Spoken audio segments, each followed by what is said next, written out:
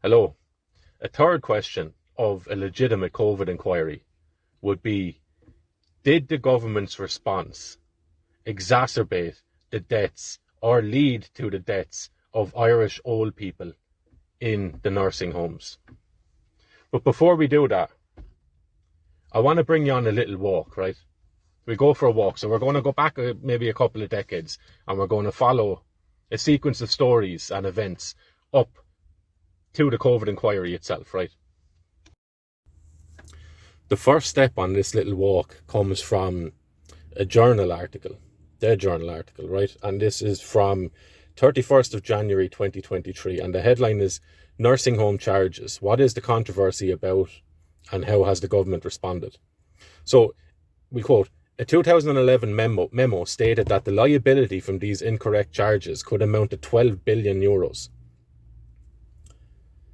So it comes after the Irish Mail on Sunday reported a whistleblower's claims of a secret government strategy to limit payouts to people on medical cards who could have been entitled to nursing home care provided by the state by settling cases out of court. So what is contained in the whistleblower's claims?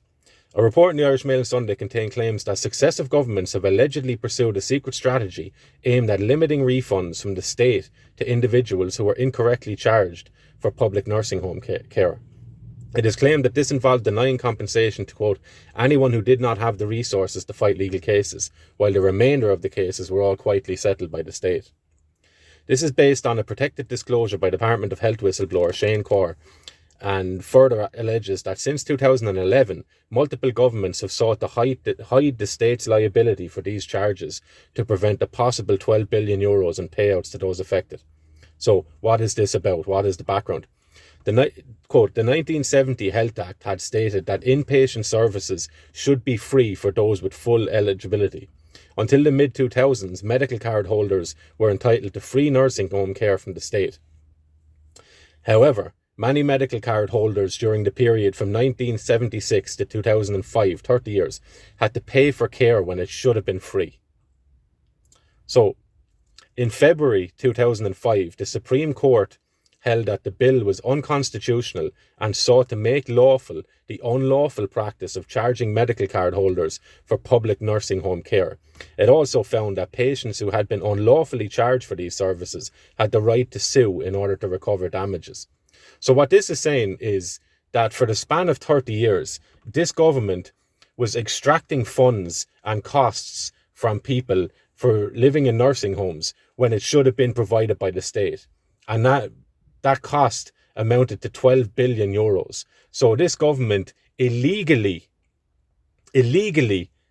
charged people up to 12 billion euros for something that they should have been getting for free from the state, right? So if you have any queries or if you have any doubts about whether not just this government, but it says here successive governments over periods of time, going nearly 50 years at this stage, have attempted to extract money illegally from people to pay for services that the state should have been providing, right? So this shows that successive governments in Ireland have had no issue with, I suppose, defrauding and ripping off the elderly in Ireland and covering it up and seeking, as the Supreme Court says, to introduce a bill that would legalise an illegal act from governments. The second step along this walk goes back as far as 2010, and this is from The Guardian, and the headline, Ireland must find 17.5 billion euros from its pension fund and reserves for bailout. Contribution demanded at meeting of Eurozone ministers as proposals to shore up euro also outlined.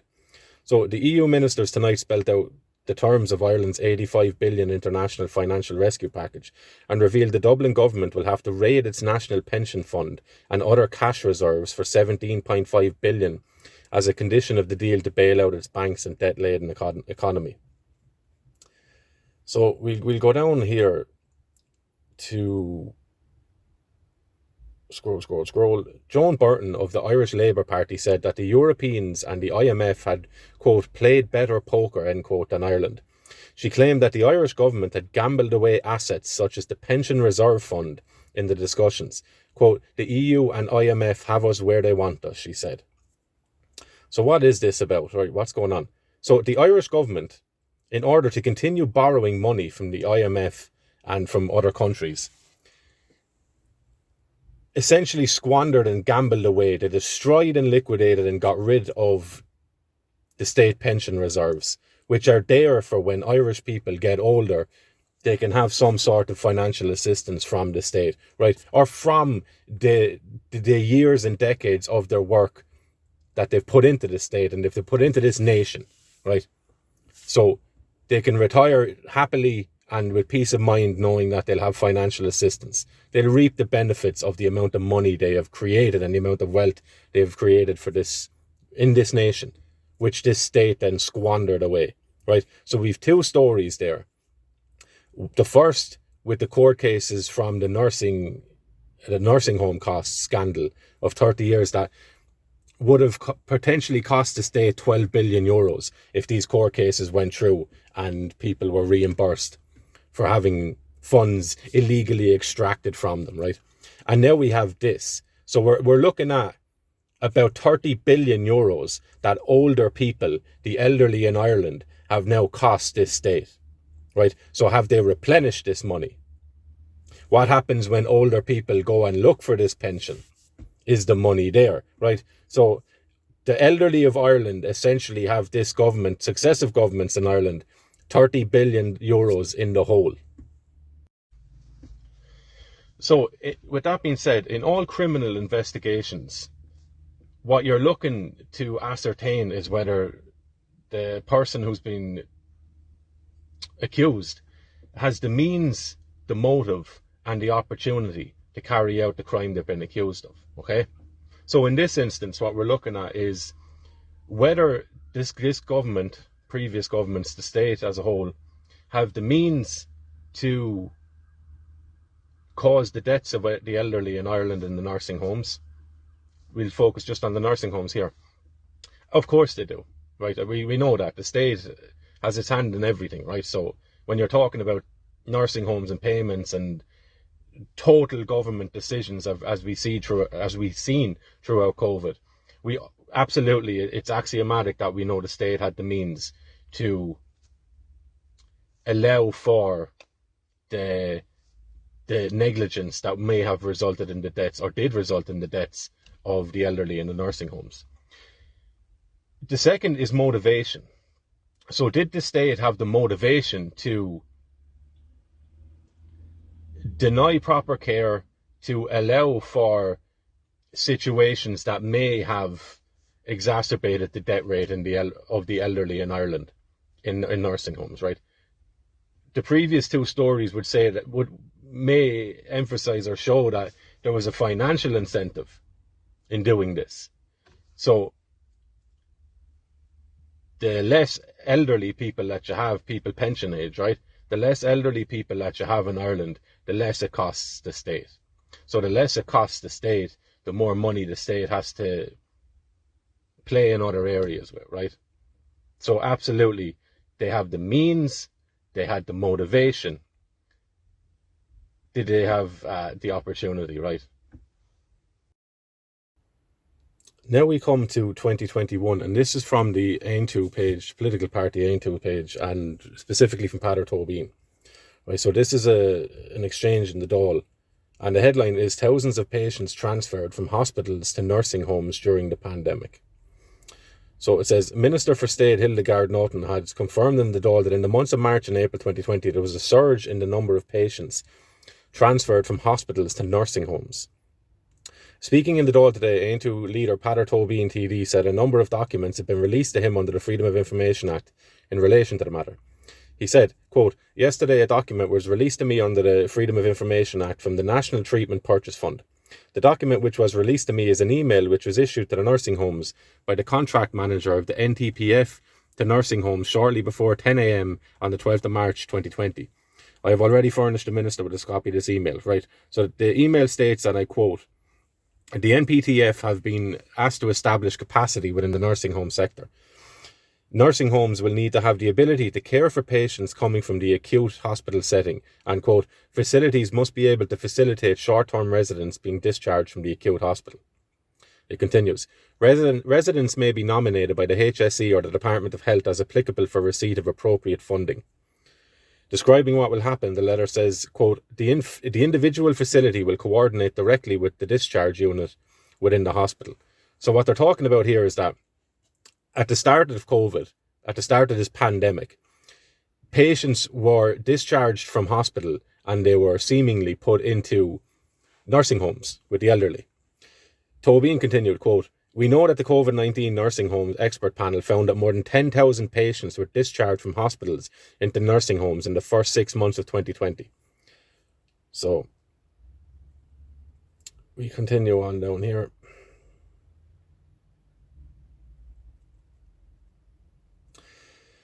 So, further Freedom of Information documents released revealed that throughout all this, the Health Minister, Simon Harris, was repeatedly ignoring requests for meetings from the CEO of Nursing Homes Ireland, Tadhg Daly. The opposition health spokesperson at the time, Stephen Donnelly, revealed that the HSE, and I quote, had, I quote, intercepted supplies of oxygen, PPE and staff which were meant for nursing homes. Was there a concerted effort by the government or HSE to take old people out of safety of hospitals and cram them into nursing homes during the pandemic? How could this decision be made when the minister was ignoring the sector, when nursing homes were having their PPE, oxygen and staff taken from them by the HSE, and when the CMO was telling nursing homes to keep their doors wide open to the public? So, we have means, government had it, state had it. Motive, they appear to have a financial motive for allowing for the death tolls of the elderly in Ireland to grow and grow and grow. Opportunity. COVID allowed for that opportunity. So think about that. So onwards we go. This is from 2021 as well. And again, this is from Aintu. And I commend Pater Tobin for the work he's done around this. But this is, because this is serious stuff, right? So Deputy Tobin continued, quote, the HSE are now saying they will soon be unable to provide staff support. In recent times, I've reached out to every nursing home in my constituency and beyond to see what is happening on the ground. Staff in care homes are very fearful at the moment as they try to hang in there without infection until they've all been vaccinated. Right. So we continue. Quote, 70,000 people signed up to be on call for Ireland, but only a tiny percent, essentially making themselves available to go and assist and help in the nursing homes or across Ireland. Quote, we continue to quote, but only a tiny percentage of them have been recruited to work in the health service. The Minister for Health has told me that a mere 107 nurses have been recruited from that database. Many more have contacted Aintu, saying they signed up months ago with perfect qualifications but have not been contacted. One final piece of information as well is from Steve Kirsch on Twitter, and this is a breakdown that he got from healthfreedomireland.com. You can go and look at this yourself. So it's speaking of the nursing home deaths in 2021. And Steve Kirsch says, the nursing home deaths 2021. Health Freedom Ireland shows very clearly that immediately after the jabs were introduced into each nursing home, deaths skyrocketed. It cannot be dismissed as a coincidence. The death rates went up by too much. So, with all that's been said here, this certainly warrants a serious and legitimate and impartial, unbiased investigation into what happened. Because it's not a case of a couple of €1,000 went missing from the cookie jar, right? We're talking about thousands of people's lives, thousands of people's grandparents, parents, whose lives may have just vanished, may have just disappeared. They may have died as a result, directly or indirectly, of the actions that previous governments and ministers that are still there now, including the Taoiseach, actions that they took during these years, right? So this, regardless of what your view on the circumstances or the pandemic or anything was, you should surely agree that a legitimate investigation would be appropriate to this. So back to today and the COVID inquiry. What is it that the Irish people are expected to get here? So information has been released around this, right? So the headline, this is from the Journal, it says COVID-19 inquiry set to get underway, but will have no power to compel witnesses or documents. So they cannot force or compel someone to share evidence that would go against them, right? They cannot force them to even show up. So anyone who is maybe complicit in any wrongdoing, any desecration of human rights or individual liberties or whatever you want to call it, anyone who might feel like they're complicit in that, they just have to say, I'm busy that day. This is a joke. This inquiry, I'll read into it, right? So the Taoiseach said the review would be a, quote, evaluation, end quote, of how the country performed during the coronavirus pandemic. So we'll get down to what they're looking at, right? So this is an interesting one here. It will look at, quote, the overall performance of the health and social care system and, quote, impacts both immediate and longer term on individuals, families and communities of non-pharmaceutical interventions and the government's response to managing and mitigating risks of the disease and competing sectoral policy objectives, right? So this government are not interested in inquiring or investigating into any wrongdoing. They're also explicitly not interested in looking at any of the effects, negative or positive apparently, of the introduction of the mRNA technology and the quote-unquote vaccine, right? So this is what the Irish people are getting. The government is going to conduct this review. Actually, I'll go down and read another bit. So who's going to be sitting on this?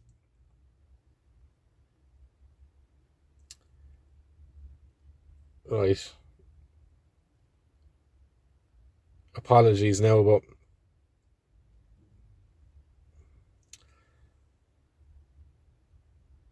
so yeah, here we go now. So the evaluation is expected. Look at this. The evaluation is expected to be up and running in a matter of weeks and will be chaired by retired NUIG professor Anne Scott. Scott is the former deputy president of Dublin City University, right? She's also the chairperson of the government cervical check steering committee and has lectured in universities in Ireland and the UK. So Simon Harris is well acquainted with this woman because he has his hands in the cervical check scandal as well. And apparently so does this woman, who's set to oversee, to what degree I don't know, right? So she's set to oversee this, it's not an inquiry anymore. It is an evaluation. So this stinks to high heavens, right? And it is an absolute middle finger to people who buried, they didn't actually bury their loved ones because they weren't allowed to go to their funerals, right? So people whose grandparents and parents probably died on their own because of the decisions made by this government. And this government has no interest in looking at whether those decisions were right and wrong. All you're going to see here is a big pat on the back, a few minor concessions made about mistakes were made, but the science had changed and we made the decisions based on the best available information at the time. This is all demonstrably provable to be wrong and incorrect, right? Because you know what the official narrative is going to be. We all done great and we done the best, and what can you do now? You know, let's all get on with it, and no one is held accountable for anything, right? So it's not, the overall point of this, it is not on this government, because you should not be expecting them to investigate themselves and indict themselves and find any sort of guilt hanging on any of their necks.